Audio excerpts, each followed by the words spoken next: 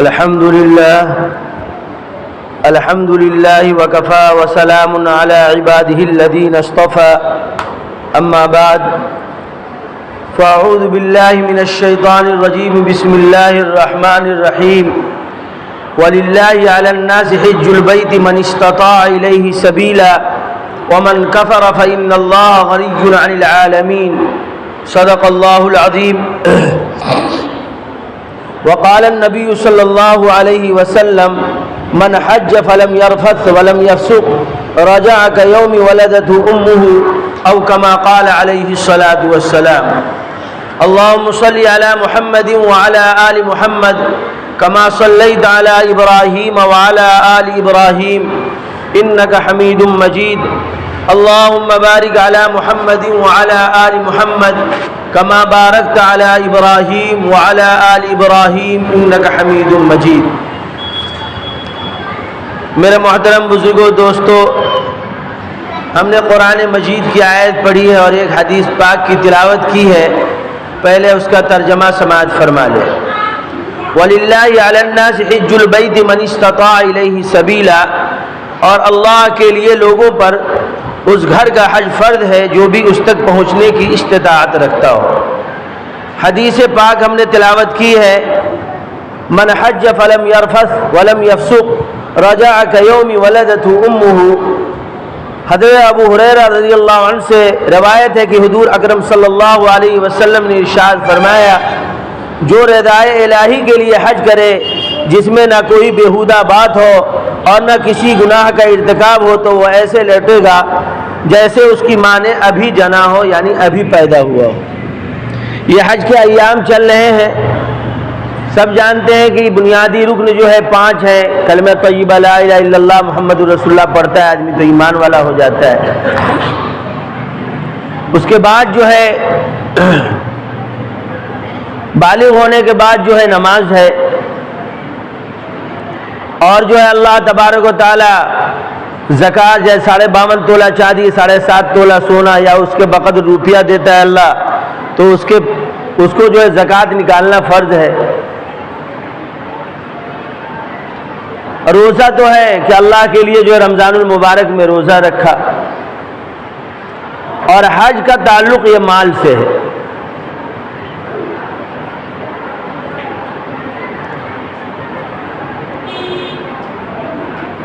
اللہ ہم سب کو جو حج کی سعادت نصیب فرمائے، حج عمرہ کرنے کی سعادت بار بار دعا بھی کرنی چاہیے کہ اللہ ہم سب کو بار بار نصیب فرمائے۔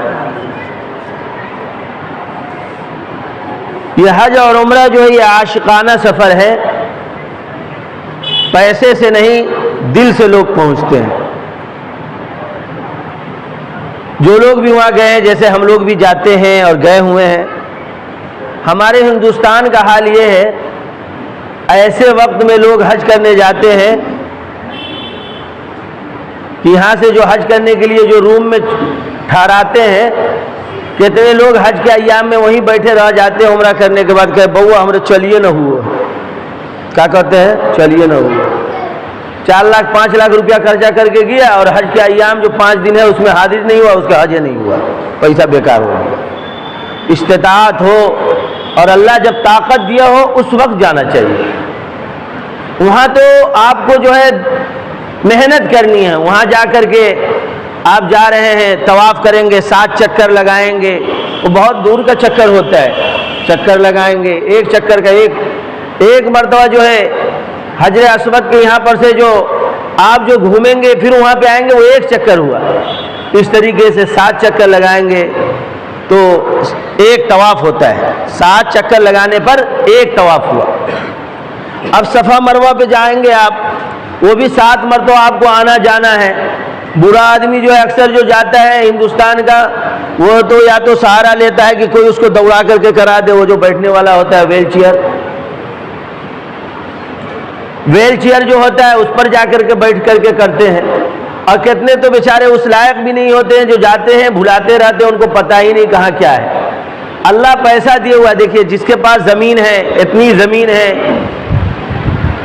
کہ اس سے زائد خرچہ سے زائد زمین ہے کتنے لوگوں کے پاس؟ کہہ رہے زمین بھی ہے اگر آپ کے پاس تو زمین بھی بیچ کر کے حج کرنے جانا چاہیے۔ یہ حج بہت بڑی سعادت کی بات ہے۔ وہی لوگ وہاں جاتے ہیں، کچھ مفسرین کے قول ہیں کہ عالم ارواح میں جن لوگوں نے کہا تھا لبیک لبیک وہ ضرور حاضر ہوں گے، اور جو جتنی مرتبہ کہیں اتنی مرتبہ جائیں گے۔ یہ حج عاشقانہ سفر ہے، اس میں جانے کی ہر مسلمان کو تمنا ہونی چاہیے۔ آدمی جو ہے دلی بمبئی ایک مرتبہ دو مرتبہ گھومنے جاتا ہے، اس کی طبیعت اکتا جاتی ہے، مگر وہاں جتنی مرتبہ آدمی جاتا ہے وہ چاہتا ہے کہ بار بار بار بار میں عمرہ کروں، طواف کروں۔ ہم لوگ بھی گئے، وہاں دیکھا کہ کتنے ساتھی ایسے ہیں، چھٹی ہوئی مہینے دو مہینے میں کہاں جا رہے ہو بھائی؟ کہا ہے مولانا یہاں تو ہم لوگوں کی گھومنے کی جگہ جو ہے عمرہ اور طواف ہے، یہ موقع ملتا نہیں۔ جب چھٹی ہوئی آدمی جو وہاں چلے آتے ہیں، طواف کر لیا، عمرہ کر لیے، اب اس کے بعد جو آقا صلی اللہ علیہ وسلم کے یہاں جانے کا موقع ہوا تو ٹھیک ہے، نہیں تو وہیں سے پھر کام پہ چلے جاتے ہیں۔ ہم لوگ کیا کرتے ہیں، پیسہ زیادہ ہوتا ہے تو نیپال چلے جاتے ہیں گھومنے، دلی بمبے چلے جاتے ہیں، گرچھلا اڑاتے ہیں۔ کیا کرتے ہیں؟ اس کو کہتے ہیں گرچھلا اڑانا۔ پیسہ بچائیے، مال اللہ آپ کو دے رہا ہے، پیسہ بچائیے، جائیے عمرہ کر کے آئیے، نیک بننے کی تمنا کیجیے۔ اچھا دھیرے دھیرے آدمی نیک بنتا ہے تو دیکھتے ہیں دھیرے دھیرے نیک بننے کے بجائے اور الٹے ہی جو ہے نمائش ہوتی ہے۔ کہہ رہے ہیں دیکھیے یہ حج کے بارے میں کہا گیا ہے وَلِلَّهِ عَلَى النَّاسِ حِجُّ الْبَيْتِ مَنِ اسْتَطَاعَ إِلَيْهِ سَبِيلًا، یہ حج اللہ ہی کے لیے کرنا چاہیے۔ بھائی نماز تو نہیں کہا گیا ہے کہ اللہ ہی کے لیے پڑھیے، روزہ نہیں کہا گیا ہے کہ اللہ ہی کے لیے رکھیے، زکوٰۃ میں یہ نہیں کہا گیا ہے کہ اللہ ہی کے لیے دیجیے، اس میں کیوں کہا گیا ہے؟ تو مفسرین لکھتے ہیں کہ نماز تو 10-20 آدمی پڑھتے ہیں تو اکثر کو اس میں ریاکاری نہیں ہوتی ہے، وہ اللہ کے لیے آتا ہے پڑھنے۔ زکوٰۃ مال فرض ہے، کوئی گیا ملنے دینا تو اس میں سب لوگ جانتے بھی نہیں، زکوٰۃ ادا کرتا ہے۔ روزہ سب لوگ ہیں تو وہ بھی ہے۔ اب اسی گاؤں میں دیکھ لیجئے حج جو ہے 2-4 آدمی جا رہے ہوں گے، 2-4 آدمی نہ جا رہے ہوں گے تو اب دل میں یہ بات آتی ہے، وہیں سے ریاکاری شروع ہوتی ہے کہ لوگ مجھے بڑا کہیں گے، نام و نمود والا کہیں گے۔ اچھے ایک جو ہمارے گاؤں اور معاشرے میں کھانا کھلانے کا رواج ہے، سوچ کو بدلنے کی ضرورت ہے۔ اگر کھانا آپ صرف اللہ کے لیے کرتے ہیں کہ یہ جا رہے ہیں ہم ان کو کھانا کھلا دیں، ان کے بدن میں طاقت آ جائے، یہ عبادت کریں گے تو ہم کو بھی ثواب ملے گا، یہاں تک تو ٹھیک ہے۔ مگر کتنے لوگوں کی نیت یہ رہتی ہے اب ان کو میں دعوت دے رہا ہوں تو وہ کھجور پانی بھی لا کر کے ہم کو دے دے، یہ تو سمجھیے کہ ریاکاری مکاری ہو گئی بھائی۔ یہ نیت قطعی طور پہ نہیں ہونی چاہیے، یہ نیت ہونی چاہیے کہ اللہ کے گھر کے مہمان بننے جا رہے ہیں، اگر ہم کچھ بھی کریں تو اللہ کے لیے کریں۔ تو کہہ رہے ہیں کہ حج میں زیادہ تر جو ہے اکثر آدمی نام و نمود کے چکر میں پڑ جاتا ہے، شہرت کے چکر میں پڑ جاتا ہے، پیسہ بھی خرچ کیا اور جو حج کو بھی اکارت کر دیتا ہے۔ ہمارے شیخ محترم رشید الامت حضرت مولانا عبد الرشید صاحب المظاہری، شیخ الحدیث مدرسہ اسلامی عربیہ بیت العلوم سرائے امیر اعظم گڑھ یو پی فرما رہے تھے، ابھی چمپارن کے پروگرام میں حجی کے پروگرام میں آئے ہوئے تھے، حضرت فرما رہے تھے حجر اسود کی 2 خوبیاں ہیں، حجر اسود کی 2 خوبیاں ہیں، وہ جنت کا پتھر ہے اور وہ گناہ کو چوستے چوستے کالا ہو چکا ہے۔ کہہ رہے ہیں ایک خوبی تو یہ ہے کہ جب آدمی اس کو جو ہے استلام کرتا ہے تو وہ پتھر اس کے گناہوں کو چوس لیتا ہے۔ کیا کرتا ہے؟ اس کے گناہوں کو چوس لیتا ہے۔ اور دوسری خوبی یہ ہے کہ اگر کوئی حاجی یہاں لوٹ کر کے آئے اور اس میں آپ تبدیلی نہ پائیں، نماز وہ نہیں پڑھ رہا ہے، شریعت کی وہ پابندی نہیں کر رہا ہے، تو سمجھیے اس کا حج جو ہے قبول نہیں ہوا ہے اور اس کے گناہوں کو اور بھر دیا گیا اور وہاں پر سے راد درگاہ کر دیا گیا۔ تو حجر اسود کی 2 خوبیاں ہیں، اگر اس کے گناہوں کو وہ چوس لیتا ہے تو دیکھیے گا اس کی زندگی میں انقلاب آتا ہے، وہ نماز پڑھے گا تو اس کو مزہ آئے گا، قرآن پڑھے گا تو مزہ آئے گا، ذکر و اذکار میں مزہ آئے گا، معاملات کرنے میں اس کو مزہ آئے گا، اور وہ اس کے جینے کا طور طریقہ الگ ہو جاتا ہے۔ وہ چاہتا ہے کہ جو کچھ بھی میں کروں وہ اللہ کے لیے کروں۔ عاشق لوگ ایک سے ایک سفر کرنے والے ہیں۔ حضرت پیر ذوالفقار صاحب دامت برکاتہم ایک واقعہ لکھتے ہیں کہ ایک اپاہج آدمی مئی جون کے مہینے میں اس وقت جو پڑھ رہا ہوگا کہ وہ حج کرنے جا رہا تھا اور اس کا دونوں پاؤں سٹا ہوا تھا, سرین کے بل چل رہا تھا.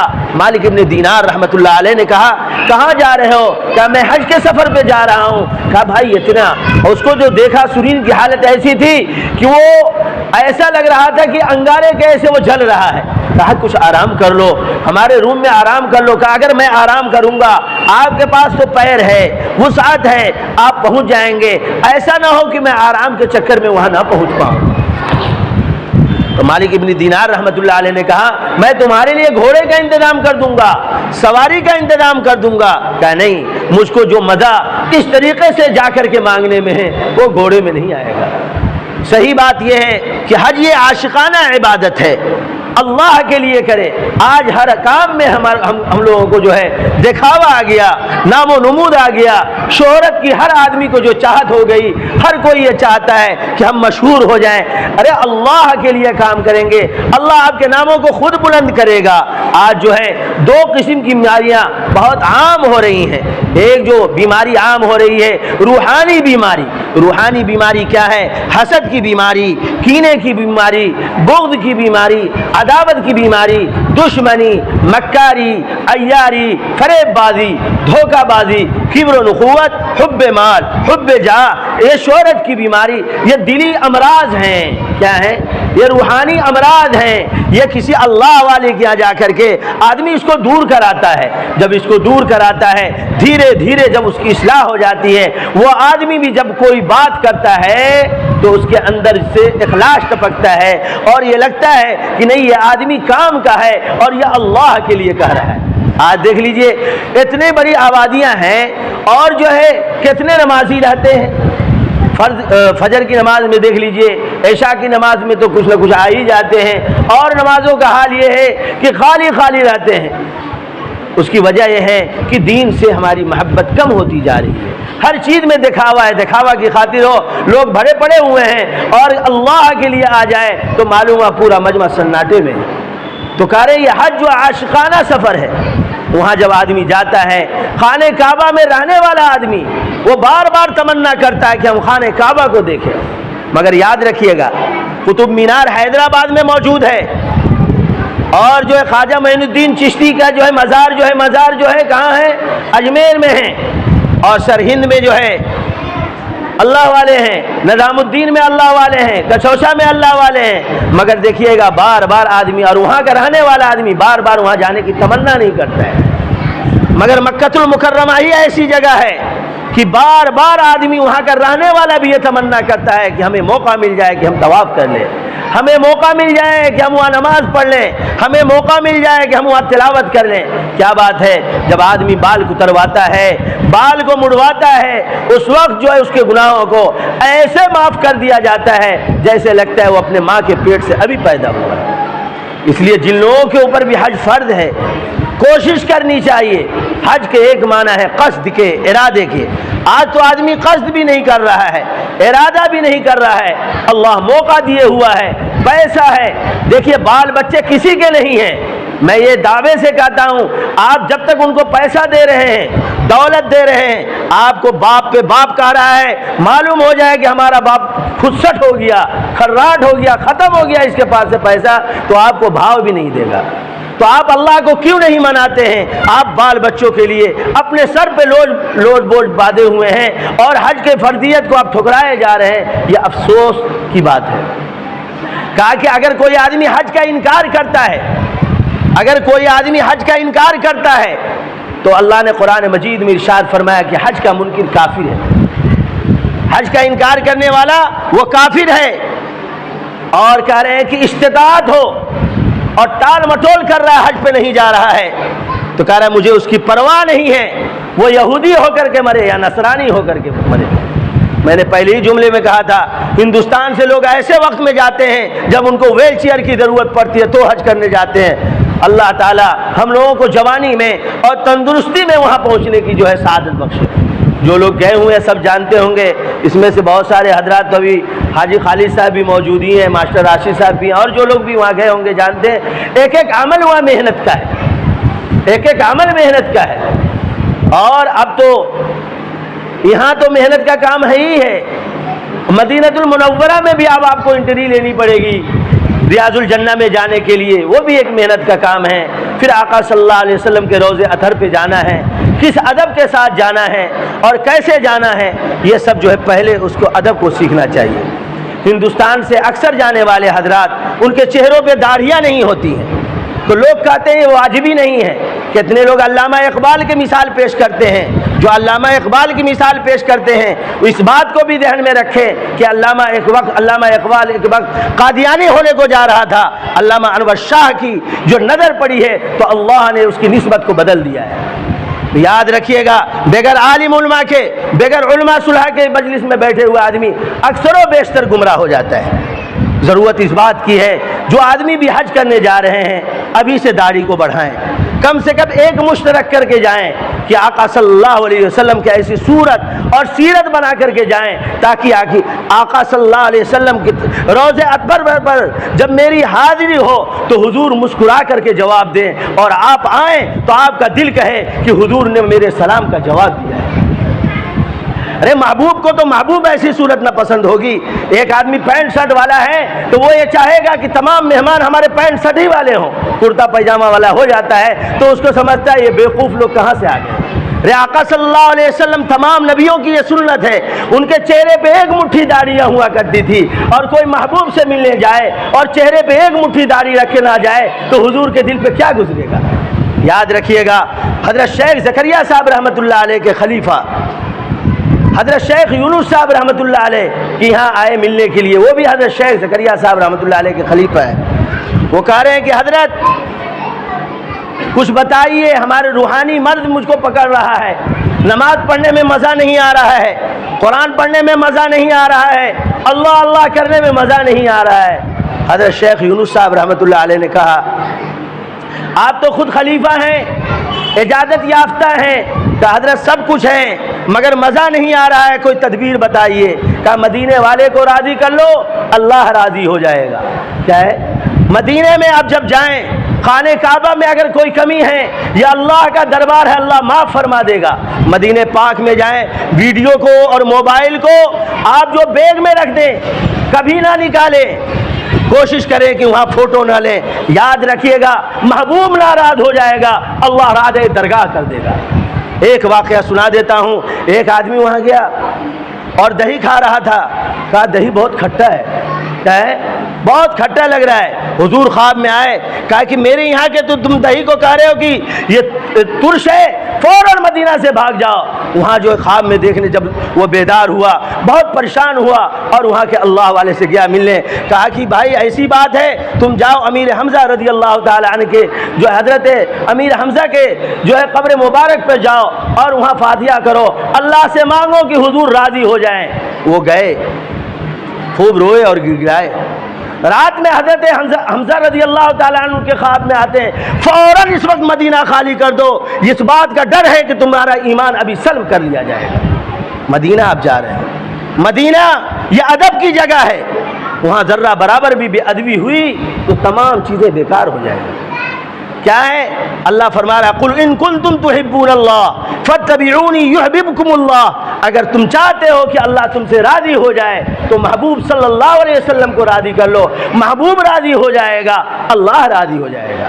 تو شیخ یونس نے کیا بتلایا کہ آپ چلتے پھرتے درود پڑھا کیجئے اور پانی جب بھی پیجئے بیٹھ کر کے پیا کیجئے، سوئیے تو دائیں کروٹ سوئیے، کھانا کھائیے دونوں ہاتھ دھل کر کے کھائیے، دسترخوان بچھا کر کھائیے، سنت کے مطابق زندگی گزاریے، ایک ایک عمل کو سنت سمجھ کر کے کیجئے۔ اس کے بعد پھر بتلائیے، کچھ ایام گزرے، اس کے بعد وہ پھر اللہ والے جو ہے حضرت شیخ یونس صاحب رحمۃ اللہ علیہ کے یہاں تشریف لاتے ہیں کہ حضرت دل کی دنیا بدل گئی، نماز پڑھتا ہوں، من کرتا ہے پوری رات ہی نماز پڑھتا رہوں، قرآن پڑھتا ہوں، طبیعت چاہتی ہمیشہ تلاوت میں لگا رہوں۔ آج کتنے ایسے آدمی ہیں جن کو نماز میں دل اٹکا ہوا ہو، کتنے ایسے آدمی ہیں جن کو قرآن میں دل اٹکا ہوا ہو، سوچتا ہے امام صاحب جو تقریر کر رہے ہیں گھڑی پہ گھڑی نظر آتی ہے، 5 منٹ لیٹ ہوا جا رہا ہے، ہمارا کام چھوٹا جا رہا ہے، یہ کام دنیا، انما الحیات الدنیا لعب و لہو، یہ دنیا تو کھیل کود ہے، سب بڑے سے بڑے آئے وہ چلے گئے اور آپ کو ہم کو سب کو جانا ہے۔ قبرستان میں جا کر کے دیکھ لیجئے، ان کے سامنے سے لوگ گزرنا گوارا نہیں کرتے رہے ہوں گے ڈر کے مارے، آج وہ بے بس ہیں، کیا ہے وہ بے بس ہیں۔ آپ ایصال ثواب کر رہے ہیں تو ان کو ثواب پہنچ رہا ہے، نہیں ایصال ثواب کر رہے ہیں وہ بیچارے محتاج ہیں کہ کوئی ہمیں بھیج دے کچھ۔ اللہ فرما رہا ہے کل من علیہا فان، تمام کی تمام چیزیں ختم ہو جانے والی ہیں۔ جس آدمی کے اندر اکڑ آتی ہے اللہ اس کی پکڑ بھی فرماتا ہے، اللہ ہمیں اکڑ سے محفوظ رکھے۔ اللہ کیا فرما رہا ہے کل من علیہا فان، تمام کی تمام چیزیں ختم ہو جانے والی ہیں، ویبقى وجہ ربک ذو الجلال والاکرام، باقی رہنے والی ذات صرف اللہ وحدہ لا شریک لہ کی ذات ہے، اس کے علاوہ تمام کو ختم ہونا جانا ہے۔ تو جب تمام کو ختم ہی ہونا ہے اکڑ کس بات کی ہے؟ اللہ کی رضا کے لیے حج کریں، اللہ کی رضا کے لیے کام کریں۔ حج کرنے کے بعد آدمی ایسے ہی ہو جاتا ہے جیسا کہ وہ اپنے ماں کے پیٹ سے ابھی پیدا ہوا ہے۔ اتنی بڑی خوشخبری بھی ہے، اس کے ایک ایک قدم پہ کروڑوں نیکیاں لکھی جاتی ہیں۔ کہہ رہے ہیں کہ جو آدمی مکہ سے منا کی طرف پیدل کو جاتا ہے ایک ایک قدم پر اس کو کروڑوں نیکیاں لکھی جاتی ہے۔ لکھا ہوا کتابوں میں کوئی آدمی حج عمرہ کرنے جاتا ہے اور حج عمرے کے درمیان اگر اس کا انتقال ہو جاتا ہے، کہہ رہے ہیں کہ قیامت تک کے لیے اس کو ہر سال حج کرنے کا اس کو ثواب لکھا جاتا ہے اس کے خاتے میں۔ کتنی بڑی نیکی ہے۔ اللہ ہم سب کو حج مبرور نصیب فرمائے، اور جن لوگوں کے اوپر حج فرض ہے اللہ ان کو حج کا قصد کرنے کا ارادہ کی ہمت نصیب فرمائے۔